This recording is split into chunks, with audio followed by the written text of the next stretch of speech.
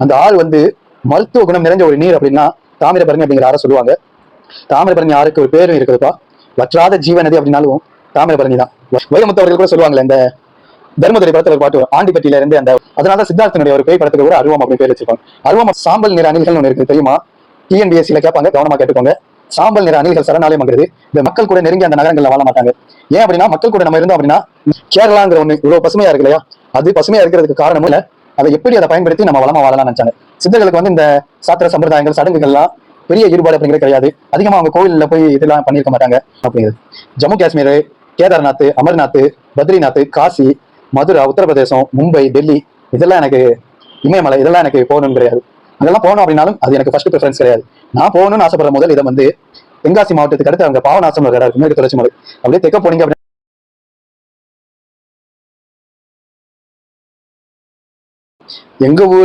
எங்க ஊருக்கு பக்கத்துல ஒரு பக்கத்து ஊரு, ரெண்டு ஊருக்கும் நடுவுல ஒரு ரோடு. ரோட்ல நான் நடந்து போயிட்டு இருக்கிறேன். என் கையில ஒரு போனு, விலை உயர்ந்த ஒரு போன், பெரிய கம்பெனி போனு. போனுக்கு உள்ளக்க பார்த்தா ஒரு பிரம்மாண்டமான ஒரு பெரிய ஹை பட்ஜெட் படம் ஒண்ணு ஓடுது. அப்படியே நேரா பாக்குறேன், தூரத்துல ஒரு வீடு ஊருக்குள்ளக்க இருக்கு. அதுக்கும் பின்னாடி இன்னும் கொஞ்சம் தூரத்துல பார்த்தா தூரத்துல ஸ்ரீவில்லிபுத்தூர் ஆண்டாள் கோவில் கோபுரம் மட்டும் தெரியுது. அதுதான் பிரம்மாண்டம் அப்படின்னு நான் நினைச்சா, அதுக்கும் பின்னாடி ஆகாய அளவுக்கு பெரிய மலை, மேற்கு தொடர்ச்சி மலை. எங்க ஊர் சைட்லாம் அந்த மேற்கு தொடர்ச்சி மலைய மாதிரி ஒரு பிரம்மாண்டத்தை நான் பார்த்ததே கிடையாது. அப்படி அந்த மேற்கு தொடர்ச்சி மலை இருக்கு இல்லையா, அது வந்து தமிழ்நாட்டுக்கு ஒரு மிகச்சிறந்த வரம் அப்படின்னு நான் சொல்லுவேன். எங்க ஊர் சைடு மழை பெஞ்சிருக்கு போல, பசங்க எல்லாமே இன்ஸ்டாகிராம்ல ஸ்டோரி போட்டிருந்தாங்க. அதுல பாத்தீங்கன்னா அந்த மேற்கு தொடர்ச்சி மலையில இருந்து அருவி அப்படிங்கிறது கொட்டுது. ஒரு அழகான ஒரு பெண் வந்து தலையை அப்படியே விரிச்சுக்கிட்டு அப்படியே மலையில அப்படியே சந்தோஷமா இப்படி ஆடுனா எப்படி இருக்கும், அவ்வளவு அழகா இருந்தது. அப்படியே பல அருவிகள் வந்து அந்த மலையில இருந்து கொட்டினது. அந்த மேற்கு தொடர்ச்சி மலைங்கிறது தமிழ்நாட்டுக்கு ஏன் அவ்வளவு முக்கியம், அது ஏன் ஒரு வரம் அப்படின்னு நான் சொல்றேன் அப்படிங்கிறதுக்கு இந்த வீடியோலயே அதுக்கு காரணம் இருக்குது. வாங்க வீடியோக்குள்ள போய் அதை தெரிஞ்சுக்கலாம். மேற்கு தொடர்ச்சி மலை அப்படின்னு சொல்லும்போது அது எங்க இருந்து ஆரம்பிக்குது அப்படின்னா, தமிழ்நாட்டுல மட்டும் அது கிடையாது. கீழே கன்னியாகுமரியில இருந்து மேல மகாராஷ்டிரா வரைக்கும் அந்த மேற்கு தொடர்ச்சி மலைங்கிறது போகுது. தமிழ்நாட்டுல அது எந்தெந்த மாவட்டங்கள்ல இருக்குது அப்படின்னா, கோயமுத்தூர், நீலகிரி, கோயமுத்தூர், திருப்பூர், திண்டுக்கல், தேனி, மதுரை, விருதுநகர், தென்காசி, திருநெல்வேலி, கன்னியாகுமரி அப்படின்னா அந்த மேற்கு தொடர்ச்சி மலையை ஒட்டின மாவட்டங்கள் இதெல்லாம். அப்படியே இங்கிட்ட சைட்ல வந்தீங்கன்னா கேரளா அப்படிங்கிற மாநிலமும் இருக்குது. இந்த மேற்கு தொடர்ச்சி மலை ஏன் அவ்வளவு முக்கியம் அப்படின்னா சொல்றேன். அதுக்கு சில காரணங்களும் இருக்குது. சின்ன வயசுல இருந்தே நான் ரசிச்ச ஒண்ணு அப்படின்னா இந்த மேற்கு தொடர்ச்சி மலை அப்படின்னு சொல்லலாம். தமிழ்நாட்டுல, இந்தியால நான் போகணும்னு ஆசைப்படுற முதல் ஒரு டூரிஸ்ட் ஸ்பாட் அப்படின்னா ஒரு இடம் இருக்குது. அது என்னோட ஆசை, அங்க போகணும் அப்படிங்கிறது. ஜம்மு காஷ்மீர், கேதார்நாத், அமர்நாத், பத்ரிநாத், காசி, மதுரா, உத்தரப்பிரதேசம், மும்பை, டெல்லி, இதெல்லாம் எனக்கு, இமயமலை, இதெல்லாம் எனக்கு போகணும்னு கிடையாது. அதெல்லாம் போகணும் அப்படின்னாலும் அது எனக்கு ஃபர்ஸ்ட் ப்ரிஃபரன்ஸ் கிடையாது. நான் போகணும்னு ஆசைப்படுற முதல் இடம் வந்து தென்காசி மாவட்டத்துக்கு அடுத்து அவங்க பாவநாசம்னு ஒரு இடம் இருக்கு, மேற்கு தொடர்ச்சி மலை. அப்படியே தெக்க போனீங்க அப்படின்னா அந்த மலைக்கு மேல அகத்தியர் மலைன்னு ஒண்ணு இருக்கு. அந்த அகத்தியர் மலை வந்து தமிழ்நாட்டுல இருந்து நேரா போயிட முடியாது. தமிழ்நாட்டுலதான் அது இருக்கு அப்படின்னாலும் அதை கேரளாவுக்கு போய் அங்கிட்ட இருந்து திரும்பி இப்படி மலை ஏறணும். அது வந்து தமிழ்நாட்டுலதான் இருக்கு அப்படின்னா தமிழ்நாடு வழியா போக முடியாத ஒரு அதர்ந்த ரிசர்வ் ஃபாரஸ்ட். அது ரொம்ப கடினமான ஒண்ணு. கேரளாவுக்கு கூடிதான் போகணும் அப்படின்னாலும் கேரளால இருந்தும் அது சில கட்டுப்பாடுகள் எல்லாம் அதுக்கு இருக்குது. அப்பேற்பட்ட ஒரு அடர்ந்த காடு தான் அந்த அகத்தியர் மலை அப்படிங்கிறது. அது வந்து நான் போகணும்னு நினைக்கிற ஒரு கனவு இடம் அது. அப்பேற்பட்ட அந்த மேற்கு தொடர்ச்சி மலைங்கிறது சாதாரணமான இல்லை. அந்த அகத்தியர் மலைங்கிறது தான் தாமிரபரணின்னு ஒரு ஆறு. அந்த ஆறு வந்து மருத்துவ குணம் நிறைஞ்ச ஒரு நீர் அப்படின்னா தாமிரபரணி அப்படிங்கிற ஆறை சொல்லுவாங்க. தாமிரபரணி ஆறுக்கு ஒரு பேரும் இருக்குதுப்பா, வற்றாத ஜீவநதி அப்படின்னாலும் தாமிரபரணி தான், வற்றவே வத்தாது அப்படின்னு சொல்லுவாங்க. அப்படி பல ஆறுகளுக்கு பிறப்பிடமாக இந்த மேற்கு தொடர்ச்சி மலை இருக்குது. காவேரி அப்படிங்கிற ஒரு ஆறு அங்க கர்நாடகால குடகு அப்படிங்கிற ஏரியால அது உற்பத்தி ஆகுது, மேற்கு தொடர்ச்சி மலை தான். வைகை அப்படிங்கிற ஆறு, முல்லை பெரியாறு, இதெல்லாம் எங்க இருந்து வருது அப்படின்னாலும் பொதிகை மலை மேற்கு தொடர்ச்சி மலை தான். தாமிரபரணியும் மேற்கு தொடர்ச்சி மலை தான். இப்படி பல அருவிகளும் ஆறும் இந்த மேற்கு தொடர்ச்சி மலையிலிருந்து உற்பத்தி ஆகுது. மேற்கு தொடர்ச்சி மலைங்கிறது ஏன் இவ்வளவு முக்கியம் அப்படிங்கிறதுக்கு பிரிச்சு சில காரணங்கள் சொல்றேன் நான். முதல்ல ஆன்மீகத்திலிருந்து போயிடுவோமா அப்படின்னா, முதல்ல ஆன்மீகத்திலிருந்தே நம்ம போகலாம். ஆன்மீகம்னு எடுத்துக்கிட்டா நிறைய விதமான மலைகள், கோவில்கள்ங்கிறது மேற்கு தொடர்ச்சி மலையில இருக்குது. குறிப்பா சொல்லணும் அப்படின்னா, எனக்கு ஆன்மீகம்ங்கிறதுல ஈடுபாடு உண்டு. உருவ வழிபாடுங்கிறத தாண்டி அருவுருவ வழிபாடு என்னங்கிறது எனக்கு இன்ட்ரெஸ்ட், அதுல ஈர்ப்பு அப்படிங்கிறது அதிகம். அருவுருவம் அப்படின்னா அது வந்து ஒரு உருவமற்ற வழிபாடு அப்படின்னு சொல்லலாம். அருவ வழிபாடு, அருவம் அப்படின்னா உருவமற்ற அப்படின்னு அர்த்தம். அதனாலதான் சித்தார்த்தனுடைய ஒரு பேய் படத்துக்கு கூட அருவம் அப்படின்னு பேர் வச்சிருப்பாங்க. அருவம் அப்படின்னா உருவமற்ற அப்படின்னு அர்த்தம். அந்த அருவ வழிபாடு அப்படின்னா உருவம் இல்லாத கடவுளை கும்பிடுறது அப்படின்னு வச்சுக்கலாம். அதுல எனக்கு கொஞ்சம் இன்ட்ரெஸ்ட் அப்படிங்கிற ஒரு கவனம் அப்படிங்கிறதுல இருக்கும். நான் அதிகமா கோயிலுக்கு போற ஆள் கிடையாது.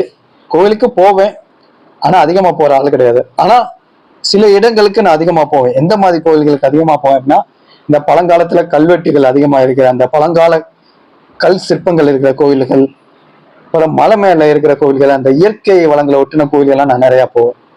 மருதமலை இந்த மாதிரி கோயில்களுக்கு போயிருக்கேன். நிறைய மலைகள்ல இருக்கிற கோயில்கள், முருகன் கோயிலுக்குலாம் நிறைய போயிருக்கேன்.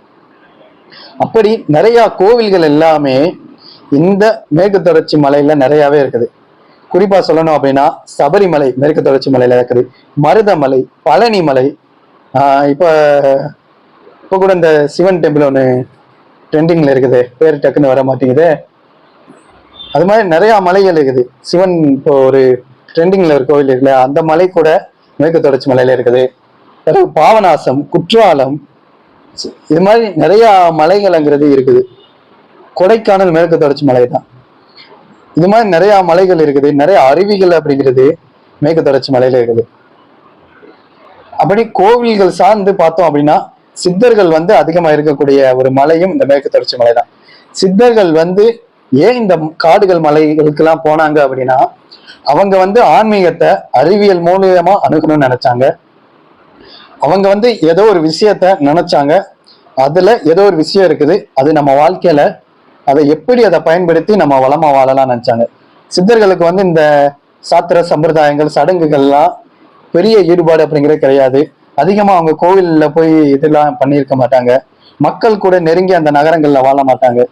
ஏன் அப்படின்னா, மக்கள் கூட நம்ம இருந்தோம் அப்படின்னா நம்ம நினைக்கிற விஷயங்கள்ல நம்மள இன்ட்ரெஸ்ட் கொடுத்து நம்ம போக முடியாது. மக்கள் கூட இருந்தோம் அப்படின்னா அந்த வாழ்க்கையில ஈடுபட்டு நமக்கு ஆசைகள் அதிகரிச்சிடும், நம்மளுடைய கவனம் சிதைன்னு அவங்க நினைச்சாங்க. அதனால அவங்க பெருசா நடமாட்டம் இல்லாத தனிமையான காடுகளுக்கு, இயற்கை வாழ்விடங்களுக்கு போனாங்க. அவங்க மருத்துவம் அப்படிங்கிற ஒண்ணை கண்டுபிடிச்சாங்க, அதை நோக்கி போக ஆரம்பிச்சாங்க. சோ அவங்களுக்கு மூலிகைகள் அப்படிங்கிறது தேவைப்பட்டது. அது காடுகள்ல அன்னைக்கு நிறையவே இருந்தது, இன்னைக்கும் இருக்குது. அதனாலேயே மேற்கு தொடர்ச்சி மலைங்கிறது சித்தர்கள் வாழ்ந்த இருக்கிறாங்கன்னு சொல்லக்கூடிய ஒரு இடமும் மேற்கு தொடர்ச்சி மலை பகுதிகள் தான். சோ ஆன்மீகம் பார்த்தா இது எல்லாமே இருக்குது. அதுக்கடுத்து சொல்லணும் அப்படின்னா, இயற்கை வாழ்விடங்கள் அப்படின்னு சொல்லலாம். மருத்துவம்ங்கிற ஒரு முக்கியமான ஒரு விஷயங்க. தமிழ்நாட்டுல உலகத்துல நிறைய மருத்துவங்கள் இருக்குது. அலோபதி ஆங்கில மருத்துவம் இருக்குது, ஆயுர்வேதம் இருக்குது, யுனானி இருக்குது, யோகா இருக்குது, நிறைய விதமான மருத்துவ முறைகள் இருக்குது. நம்ம தமிழ்நாட்டுல உதயமான பிறந்த ஒரு மருத்துவ முறை அப்படின்னா சித்த மருத்துவம். இந்த மண்ணுல பிறப்பிடமா கொண்ட சித்த மருத்துவம். அது பிறந்தது மேற்கு தொடர்ச்சி மலை தான் சொல்றாங்க. அப்பேற்பட்ட அந்த சித்த மருத்துவத்துல நிறைய மூலிகைகள் பிறப்பிடமா, அரிய வகை மூலிகைகள் இங்க இருக்குதாங்க. மிளகு அப்படிங்கிற ஒண்ணு இருக்கும் தெரியுமா? நம்ம வெண்பொங்கல்ல போட்டிருப்பாங்க, அதை ஓரமா ஒதுக்கி வச்சுட்டு சாப்பிடக்கூடிய ஒரு உணவுப் பொருளாகவும் மிளகு அப்படிங்கிறது மாறிடுச்சு. அந்த மிளகு இருக்கு இல்லையா, அதனுடைய தாயகம்னு சொல்லப்படுறது இந்தியால, சவுத் இந்தியால இந்த மேற்கு தொடர்ச்சி மலை தான். சரி, மூலிகைகளுக்கு மட்டும்தான் அந்த மேற்கு தொடர்ச்சி மலை அவ்வளவு முக்கியமானு கேட்டா கிடையாது. மேற்கு தொடர்ச்சி மலைங்கிறது அரிய வகை உயிரினங்களுக்கு வாழ்விடமா இருக்குது. அரிய வகையான பூச்சிகள், அந்த வண்டுக்களுக்கெல்லாம் மேற்கு தொடர்ச்சி மலையில மட்டுமே இருக்குதான். அது போக சாம்பல் நிற அணில்கள்னு ஒண்ணு இருக்குது, தெரியுமா? டிஎன்பிஎஸ்சியில கேட்பாங்க, கவனமா கேட்டுக்கோங்க. சாம்பல் நிற அணில்கள் சரணாலயம்ங்கிறது இந்த மேற்கு தொடர்ச்சி மலையை ஒட்டுன ஸ்ரீவில்லிபுத்தூர் ரிசர்வ் ஃபாரஸ்ட் இருக்கு இல்லையா, எங்க ஊர் ஸ்ரீவில்லிபுத்தூர், அந்த ரிசர்வ் ஃபாரஸ்ட் தான் இந்தியாலேயே உலகத்திலே சாம்பல் நிற அணில்களுக்கு சரணாலயம். அது அங்கதான் இருக்குது, வேற எங்கேயும் கிடையாது. அப்படிப்பட்ட ஒரு அரிய வகை உயிரினங்கள்லாம் இந்த மேற்கு தொடர்ச்சி மலையில இருக்குது. நான் சின்ன வயசுல இருந்து எங்க ஊரு அப்படின்னால இந்த மேற்கு தொடர்ச்சி மலைங்கிறது எனக்கு கண்டிப்பா ஞாபகத்துக்கு வந்துடும். எங்க ஊர் பசங்கெல்லாம் இன்னைக்கு ஸ்டோரி வச்சிருக்காங்க, அந்த மலையில அருவி கொட்டுது அப்படின்னு. அவ்வளவு அழகான மலைகள் என்ன, அதெல்லாம் பார்த்து அனுபவிச்சு அந்த மாவட்டத்துல இருக்கிறவங்களுக்கு தான் தெரியும். அந்த காத்து அப்படிங்கிறது அப்படியே மூக்குல அப்படி ஊருக்கு போய் அந்த காத்தை இழுத்து சுவாசிக்கும் போது அந்த காத்துல வர அந்த வாசனை இருக்கு இல்லையா, அப்படி இருக்குங்க. இன்னைக்கு இந்த பாலடைஞ்ச இந்த ரூம்ல என் இதயமே சுருங்கி போச்சு இந்த காத்துல. எங்க ஊருக்கு போய் அப்படியே அதை ரசிக்கணும். வைரமுத்து அவர்கள் அருமையா சொல்லுவாரு. அந்த தென்மேற்கு பருவக்காத்து இந்த தேனி சைடுல வீசுறப்ப சாரல் அப்படின்னு ஒரு பாட்டை அப்படியே பாடுனா டைரக்டர் சொன்னா காப்பிரைட்ஸ் கொடுத்துருவாங்க. அதனாலதான் கொஞ்சம் பத்திரமா கொஞ்சம் அல்டர்னேட் பண்ணி சொல்றேன், புரிஞ்சுக்கோங்க. அந்த பாட்டு அவ்வளவு அழகா இருக்குங்க. மலைக்கு கீழே தான் எங்க காலேஜ் அப்படிங்கிறது இருக்குது. காலேஜ் போகும்போது சட்டையில மேல் பட்டன்னு நான் போட மாட்டேன். காலேஜ் வறண்டால நின்று அப்படியே மேற்கு தொடர்ச்சி மலை அப்படி கம்பீரமா பார்க்கும்போது அப்படி இருக்கும். அருவிகள் அப்படிங்கிற குற்றதை நேரடியாவே பார்க்கலாம். அப்படியே அந்த பாடல்களை கேட்கும் போது அப்படியே சுகமா இருந்தது. அது ஒரு காலம்ங்க. இப்போ பாருங்க, மருத்துவத்துக்கு பிறப்பிடமும் சொன்னாச்சு, அதிகமான மூலிகைகள் இருக்குன்னு சொல்லியாச்சு. இதற்கு அடுத்து பார்த்தோம் அப்படின்னா அரிய வகை உயிரினங்கள் எக்கச்சக்கமா இருந்தாலும் மேற்கு தொடர்ச்சி மலை அப்படின்னு சொல்லும் போது வானிலையில அது சில பணிகளும் அது செய்யுது.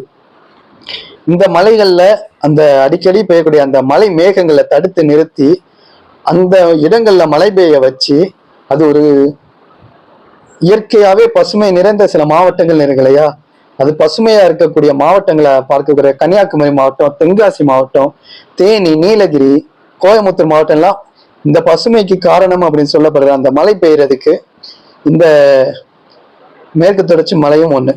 கேரளாங்கிற ஒண்ணு இவ்வளவு பசுமையா இருக்கு இல்லையா, அது பசுமையா இருக்கிறதுக்கு காரணமும் இந்த மேற்கு தொடர்ச்சி மலைதான்.